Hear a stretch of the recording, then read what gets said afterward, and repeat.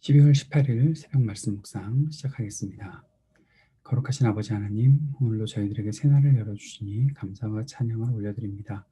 주님 바라보고 주님 의지하고 살아가는 이 시간이 될 수 있도록 인도하여 주옵소서. 예수님 이름으로 기도합니다. 아멘. 오늘은 사무엘기상 31장 1절에서 13절까지 말씀입니다. 사무엘기상 마지막 말씀 같이 읽고 묵상하겠습니다.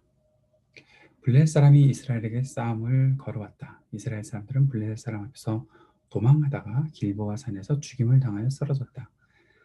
블레셋 사람들은 사울과 그의 아들들을 바싹 추격하여 사울의 아들 요나단과 아비나답과 말기수아를 죽였다.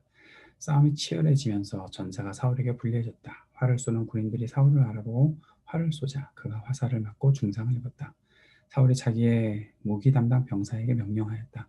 내 칼을 뽑아서 나를 찔러라. 저 할례 받지 못한 이방인들이 와서 나를 찌르고 능욕하지 못하도록 하여라. 그러나 그 무기 담당 병사는 너무 겁이 나서 찌르려고 하지 않았다. 그래서 사울은 자기의 칼을 뽑아서 그 위에 엎어졌다. 그 무기 담당 병사는 사울이 죽는 것을 보고 자기도 자기의 칼을 뽑아 그 위에 엎어져서 사울과 함께 죽었다.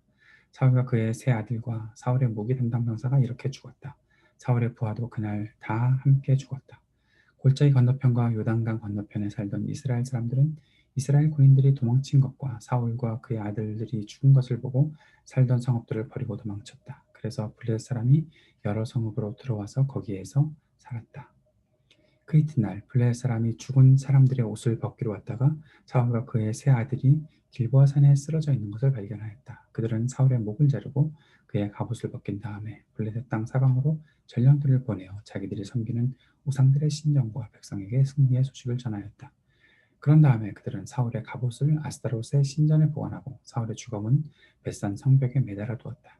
길르앗 야베스 주민들은 블레셋 사람들이 사울에게 한 일을 전해 들었다. 그래서 그들의 용사들이 모두 나서서 밤새도록 걸어 벳산까지 가서 사울의 주검과 그 아들들의 시체를 성벽에서 내려가지고 야베스로 돌아와 그 주검을 모두 거기에서 화장하고 그들의 뼈를 거두어다가 야베스에 있는 에셀나무 아래에 묻고 이랫 동안 금식하였다. 블레셋 사람들이 이스라엘을 공격했습니다. 이스라엘은 패배했습니다. 모두 다 도망가게 되었죠. 이 과정에서 블레셋은 사울과 사울의 아들들을 추격했고 사울의 아들들인 요나단을 비롯해서 아비나답과 말기수아가 죽게 되었습니다. 사울도 화살을 맞고 중상을 입었지요. 이때 사울이 자기가 부상을 입은 것을 보고 블레셋 사람들에게 수치를 당하지 않게 하기 위해 자기 병사에게 자기의 무기를 들 병사, 가장 가까이 있던 병사죠. 그에게 자신을 죽이라 라고 그렇게 말합니다. 무기를 담당한 병사가 겁을 내서 죽이지 못하지요. 다윗도 사울을 죽이지 못했으니 아마 사울의 부하들도 다윗 때문에라도 기름 부음 받은 자를 함부로 자신들의 손으로 죽일 수는 없다. 그 겁이 났던 것이라고 생각을 합니다.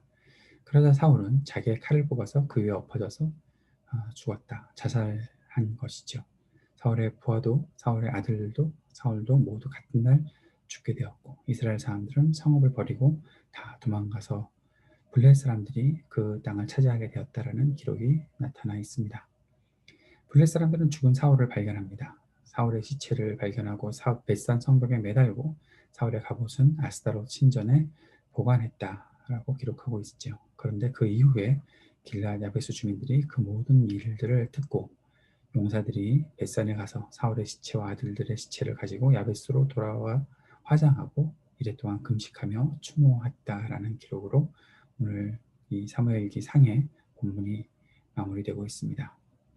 사무엘기상 우리가 초반부에 블레셋과 그 외세들의 침략들이 너무나 거세니 우리에게도 왕을 세워달라라는 그러한 말을 하는 이스라엘 백성들의 그 요구에 대해서 하나님께서 허락하시면서 세워주었던 왕, 그 왕의 이야기로 초반부가 시작했던 것을 보게 되죠. 물론 사무엘의 이야기들이 먼저 시작되고 있었지만 그러나 사울이 왕으로 세워준 후에도 블레셋의 침략으로 계속해서 어려움을 겪고 있었고 물론 사울이 블레셋을 이겨내는 일들을 하고는 있었지만 오늘 이 마지막의 모습은 블레셋에 또 침략을 당하고 이스라엘은 사울을 왕으로 세운 후에도 이렇게 왕이 죽고 없어지는 그러한 장면들로 사무엘기상이 마무리되는 것을 보게 됩니다.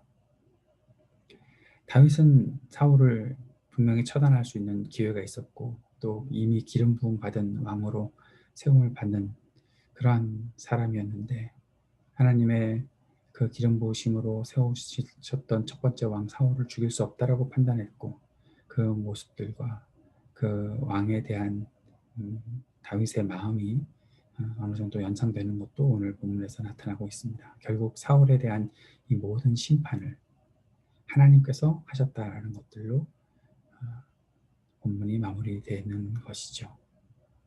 사울의 죽음을 생각해 보면 하나님에게서 돌아선 사람, 그 사람은 결국 비참하게 최후를 맞이할 수밖에 없다라는 것도 알게 되지만 그러나 우리가 또 한 가지 여기서 그 이름은 기록되지 않았어도 마지막 부분에서 이름이 나타나지 않았어도 다윗 하나님께 모든 것들을 맡겨놓고 하나님께서 하실 일들에 대해서 기대하고 소망하며 살았던 다윗 그에게 하나님께서 그의 길을 어떻게 열어주시는지 그리고 어떻게 그를 보호하시고 그를 승리로 이끌어 가시는지도 함께 볼 수가 있는 것입니다. 다윗이라는 사람, 하나님 마음에 합한 사람, 하나님께서 저 사람이다 말씀하셨던 그 사람 다윗에게도 사실상 여러 가지 부족한 모습을 볼 수는 있었지만 그러나 자신의 부족함을 깨달을 때마다 하나님 앞에 무릎을 꿇고 돌이키는 사람 그래서 그의 회개를 하나님께서 귀하게 여기시고 보살펴 주시는 사람 그 사람으로 살아가고 있었던 다윗의 이제 본격적인 역사가 사무엘기 하부터 시작될 것입니다. 우리는 물론 잠시 이 사무엘기상까지 마친 이후에 그동안의 사사기 또 룻기 사무엘기상까지 쭉 연결되는 그런 부분들을 묵상해 왔지만 이제 우리가 누가복음을 월요일부터 묵상하게 될 텐데 이 묵상의 모든 과정들을 통해서 지금까지 해왔던 과정들을 통해서 하나님께서 이스라엘 백성들에게 어떠한 일들을 이루고자 하시는지 또 다윗이라는 사람을 어떻게 세워서 어떻게 하나님의 나라를 또 언약 백성들을 인도해 가시는지를 기대하게 되는 그런 본문으로 오늘도 이 사무엘기상을 묵상했었습니다. 사랑하는 여러분, 하나님을 철저하게 신뢰하고 살아가는 것이 얼마나 우리들에게 필요한 일인지 그리고 그것이 얼마나 복된 일인지 기억하고 하나님께서 하실 일들을 기대하고 인간의 조급함과 또 속 좁은 그런 마음들을 내려놓고 버리고 하나님께서 주시는 풍성한 은혜를 누리며 살아가는 저 여러분이 되었으면 좋겠습니다. 그 마음 품고 오늘도 기도하며 주님 앞으로 나아갑시다. 오늘 이 땅을 위해 중보하며 기도해 주시기 바랍니다. 또 우리 교회와 교우들을 위해 기도해 주시길 바랍니다. IT를 위해서 계속해서 여러분의 기도가 필요합니다. IT 땅에 하나님의 긍휼과 사랑이 나타나게 하시고 우리 이동열 선교사님 모든 사역 위에 기름 부어 주옵소서 간절히 기도해 주시기 바랍니다. 미국 땅과 우리 조국을 위해 계속해서 기도하는 시간 갖도록 하겠습니다. 같이 기도하겠습니다. 하나님 아버지, 우리가 참 부족한 사람들이지만 그 부족함을 깨닫고 돌아올 때마다 우리를 은혜로 품어주실 것들을 믿고 간구합니다. 우리를 능력의 손으로 붙잡아 주시고 우리의 모든 길에 하나님의 역사를 바라보며 주님을 향한 믿음의 고백을 드리며 나아가는 우리 모두가 되도록 인도하여 주옵소서. 예수님 이름으로 기도드립니다. 아멘.